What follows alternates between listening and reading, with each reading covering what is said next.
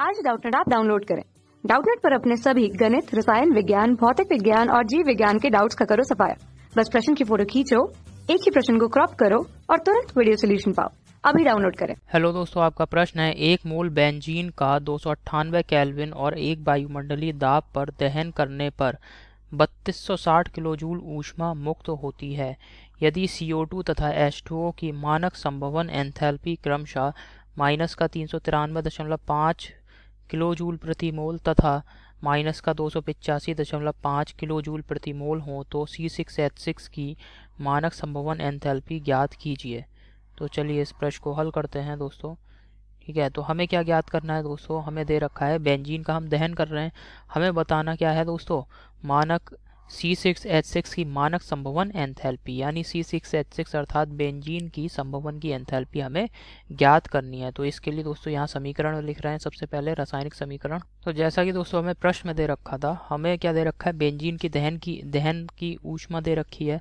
तो बेंजीन का दहन कराएंगे तो इसका मतलब क्या हुआ, बेंजीन अर्थात C6H6 इसकी रासायनिक क्रिया करानी होगी हमें ऑक्सीजन से। तो बेंजीन की रासायनिक क्रिया करा दी ऑक्सीजन से, तो ये हो गया दोस्तों बेंजीन की दहन समीकरण। बेंजीन के दहन की रासायनिक समीकरण ये क्या आ गई दोस्तों, C6H6 प्लस 15/2 O2, इससे क्या बनेगा 6CO2 प्लस 3H2O। और दहन की ऊर्जा दे रखी है दोस्तों, दहन ऊष्मा बेंजीन की कितनी दे रखी है, 3260 किलोजूल प्रति मोल। ये हमें प्रश्न में दे रखा था। इसके बाद दोस्तों हमें क्या दे रहा है, हमसे कह रहा है दोस्तों CO2 और H2O इन दोनों के संभवन की ऊष्मा हमें दे रखी है। तो CO2 के संभवन की ऊष्मा दोस्तों कैसे, पहले CO2 के संभवन की रासायनिक समीकरण लिख लें। तो ये समीकरण दोस्तों मैंने लिख दिया C प्लस O2 CO2, यहाँ पे डेल्टा H0F का मान हमें दे रखा है CO2 के लिए माइनस 393.5 किलोजूल प्रति मोल। ठीक है, अब दोस्तों हमें जल के लिए दे रखा है संभवन ऊष्मा। तो जल के संभवन की रासायनिक समीकरण पहले लिख रहे हैं। तो H2 plus half O2 H2O, तो ये दोस्तों जल के लिए संभवन की रासायनिक समीकरण है जल की। और ये हो गया दोस्तों H2O की संभवन ऊष्मा, जो कि हमें दे रखी प्रश्न में डेल्टा H0F, ये दे रखा है माइनस का 285.8 किलोजूल प्रति मोल। हमें दोस्तों प्रश्न में क्या कह रहा है, C6H6 अर्थात बेंजीन की संभवन की मानक संभवन एंथैल्पी हमें ज्ञात करनी है। बेंजीन के मानक संभवन एंथैल्पी अर्थात डेल्टा H0F किसके लिए ज्ञात करना है दोस्तों, हमें C6H6 के लिए। इसका मान हमसे प्रश्न में पूछ रहा है। तो इस प्रकार के जो प्रश्न होते हैं इनको हल करने का क्या तरीका है दोस्तों, जो हमें समीकरण बनानी है, जो मतलब C6H6 के संभवन की ऊष्मा ज्ञात करनी है, यानी इसका मान ज्ञात करना है। ये जो रासायनिक अभिक्रिया है इसके लिए यहाँ पे डेल्टा H0 का मान ज्ञात करना है। तो इस रासायनिक समीकरण को बाकी की दी गई समीकरणों की सहायता से हम कैसे बना सकते हैं, इसको हम लिखेंगे। ठीक है, तो दोस्तों इसके लिए हमने क्या करा, समीकरण 2 को तो हमने 6 से गुणा करा और समीकरण 3 को 3 से गुणा करके जोड़ लिया। जोड़ने के बाद क्या करा, समीकरण 1 में से घटा दिया। अर्थात आप देख रहे हैं समीकरण 2 क्या है दोस्तों, इसमें कार्बन क्या है, 1 परमाणु है। और हमें जो समीकरण बनानी है उसमें कार्बन कितने रखने हैं, 6 परमाणु रखने हैं। तो यानी इसमें हम 6 से गुणा कर देंगे समीकरण 2 में।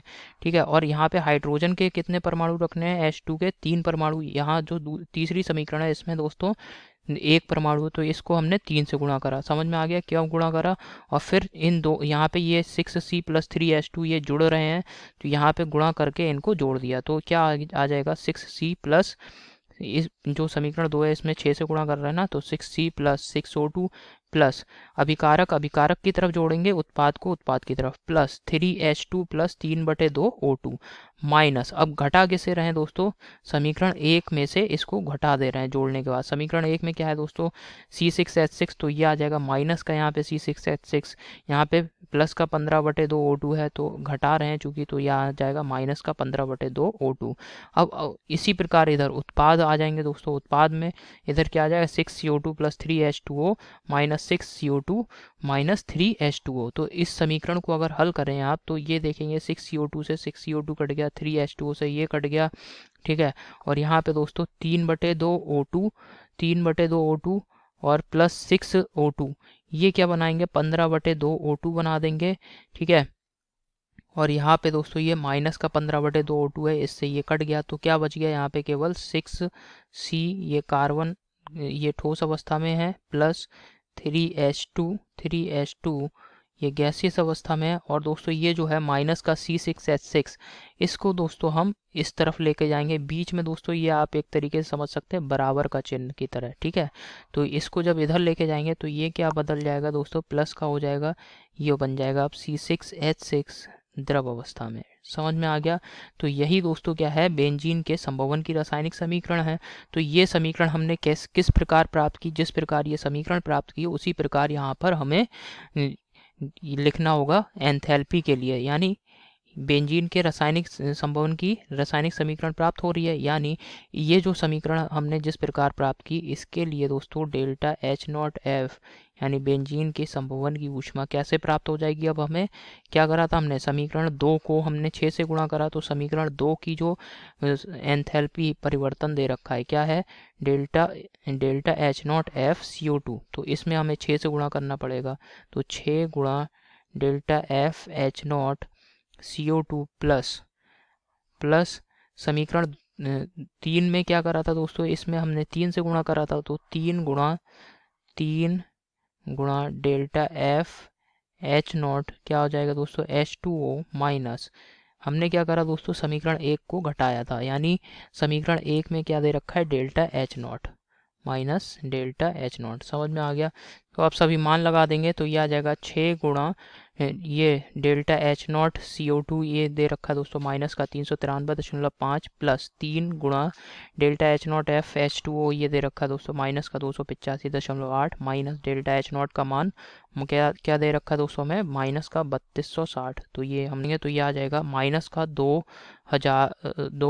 2361 माइनस का 857.4 प्लस का 3260, ठीक है। तो इससे और हल करा तो हमें दोस्तों बेंजीन के संभवन की ऊष्मा ज्ञात हो गई। ये कितना आ रहा है, 41.6 किलो जूल प्रति मोल, ठीक है। यही दोस्तों हमारे प्रश्न का उत्तर है। तो यहाँ पे इसको लिख दे रहे हैं। तो ये दोस्तों मैंने लिख दिया, अतः बेंजीन अर्थात C6H6 की संभवन एंथैल्पी का मान कितना आ रहा है, 41.6 किलो जूल प्रति मोल, ठीक है। यही हमारे प्रश्न का उत्तर है। आशा करता हूँ आपको समझ में आया होगा। धन्यवाद। कक्षा 6 से 12वीं से लेकर नीट, IIT, JEE वो एडवांस के लेवल तक 1 करोड़ से ज्यादा छात्रों का भरोसा। आज ही डाउनलोड करें डाउटनेट ऐप या व्हाट्सएप करें अपने सारे डाउट्स 8400 400 400 पर।